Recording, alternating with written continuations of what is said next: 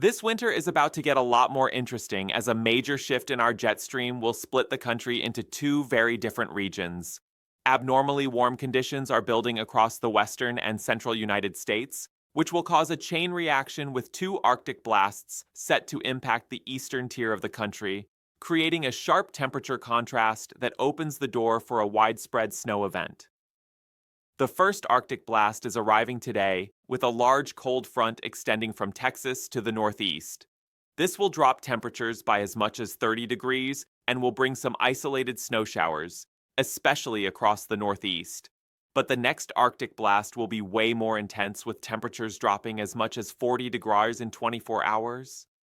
As a result, a winter storm could develop, bringing a widespread snow event across the Great Lakes, Ohio Valley, and East Coast, including areas as far south as North Carolina. So, in today's update, I'm going to break down exactly what you need to know about this major weather pattern flip that is about to happen.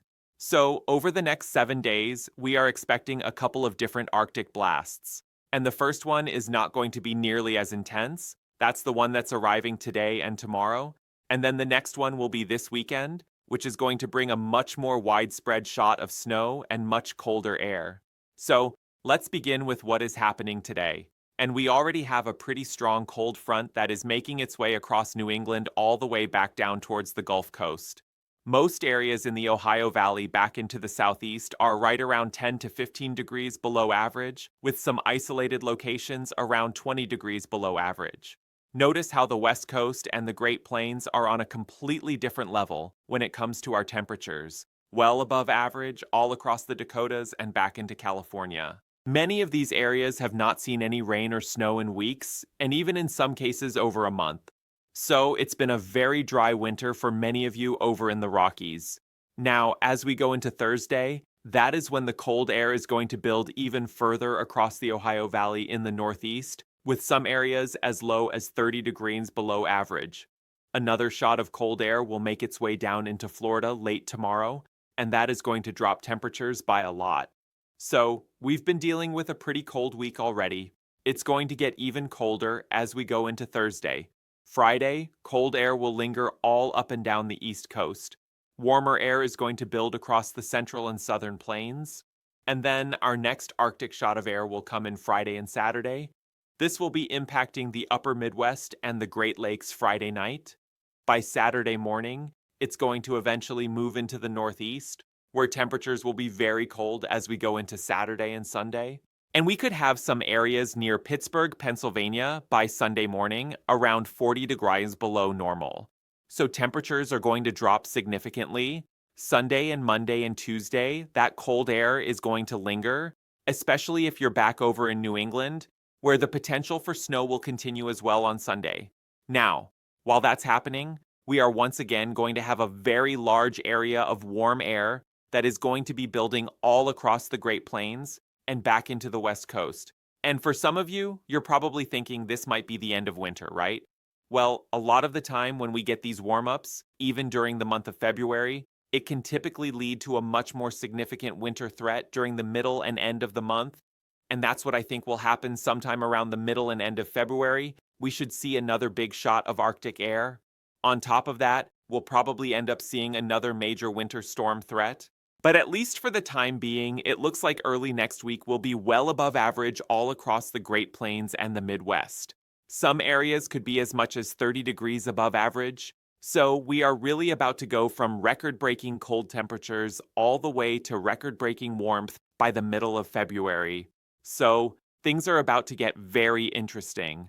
Now, currently, we do have a cold front that is stretching from South Texas all the way back up into New England, where temperatures have already fallen off by about 10 to 15 degrees in most areas. By this afternoon, though, if you're back over in the southern plains, it's going to be mild across Texas and Oklahoma. High temperatures reaching the 50s all across the Northeast, Great Lakes, and Midwest.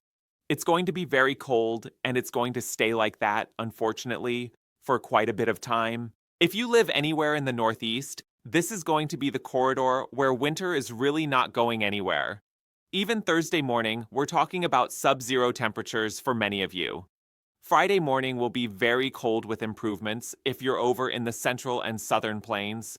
Some areas will actually be warm on Friday, mid to upper 70s, even near 80 degrees near Wichita Falls, Texas by Friday afternoon. But Saturday is when another shot of Arctic air is expected to spill across the Ohio Valley, Midwest, and the Northeast. Temperatures, though, will drop off a lot more on Sunday. So Sunday will be one of the colder days of the week, with some areas in Pennsylvania and back into New England being around 15 to 20 degrees below zero. Temperatures across the Gulf Coast and all across the Great Plains are going to get all the way up into the mid to upper 60s and low 70s. So, talk about a dramatic flip with our weather pattern here as we go into this upcoming weekend. And then by early next week, all that warm air is going to make its way all the way up into Iowa, Illinois, and also the Dakotas. So it's going to get a lot warmer here by the early portion of next week. So winter is about to take a serious turn here in the United States. But despite all this cold and warm air mixture that we're going to be dealing with, there will still be a risk of snowfall over the next few days. And even beginning with today, we do have some light snow showers that are making their way across Kentucky, Tennessee, back into Virginia. This is on the backside of a very weak low pressure system that actually brought a tornado to southeast Texas yesterday. There were 2 tornado warnings just north of Houston in Liberty County, and it does look like we at least had 1 tornado there yesterday, which was pretty unexpected. But on the other side of the system, we do have a little bit of snow that'll be making its way into Virginia, North Carolina, and as well as eastern Tennessee by tonight. So areas like Johnson City, Tennessee, back towards Raleigh could have some snowflakes out there, maybe a coating to a half an inch. As we go into Thursday, we're not really expecting a whole lot in the way of wintry precipitation, but we'll have a large Alberta clipper that is eventually going to come out of Canada late Thursday, early Friday. That'll bring some snowfall to parts of the Great Lakes late Thursday. Early Friday is when that snowfall will become a little bit more widespread across the Great Lakes, back into Ohio, West Virginia, Pennsylvania. Most of this snow is going to be light. However, I do think we could see a couple of snow squalls on Friday, which means that we could have significantly reduced visibility in some isolated locations across areas like Indiana, Ohio, Pennsylvania, and West Virginia. So definitely keep an eye out for that. Maybe even New York. As we go into Friday night, the snow will get a little bit heavier, especially near the Appalachian Mountains, where we could see a few inches of snowfall. Some light snow flurries possible near Chicago as well. And then by Saturday morning, most of that snow will be across the Northeast, with the majority of it in New England. Again, generally speaking, a lot of the snow will be light even on Saturday. So significant snowfall accumulation is not expected. And if you don't see snowfall out of that first winter system, there's another possibility of some light to moderate snow late Sunday and Monday, right in time for the Super Bowl across parts of the Ohio Valley and the Northeast. This one is a little bit more uncertain, but at least for right now, it does not appear to be anything significant. But again, if anything changes, we'll be the first to let you know. By Monday and Tuesday of next week, things become more uncertain. But I do think we're going to start to see some larger storm systems developing here in the United States during the second week of February. Exactly where we see these storms set up does remain very uncertain, but it does look like our weather will pick up again next week. And when all these snow events are all said and done over the next 5 to 7 days, we are going to be talking about a widespread 3 to 7 inches of snow stretching from Michigan and northern Wisconsin all across most of Pennsylvania into northern New England. Some isolated locations could push towards about a foot of snow. But again, this is going to be a widespread snow event. Doesn't necessarily mean it's going to be a significant one. I don't really think we're going to be talking about any sort of widespread 6+ inches anywhere.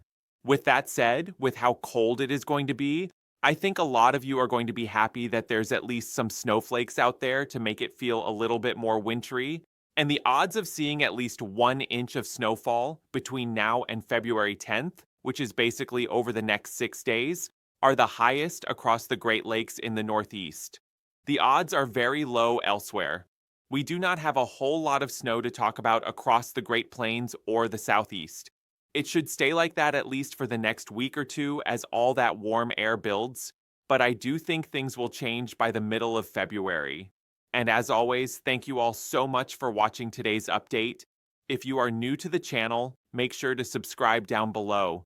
This has been a focused update on what we're tracking over the next several days. Obviously, if anything changes with this pattern, we'll be the first to let you know, and we'll continue monitoring this system closely. We'll likely have another update as this system develops further. So again, just make sure you're subscribed to the channel and click the bell icon so you're notified with the latest updates. And we will see you in the next video.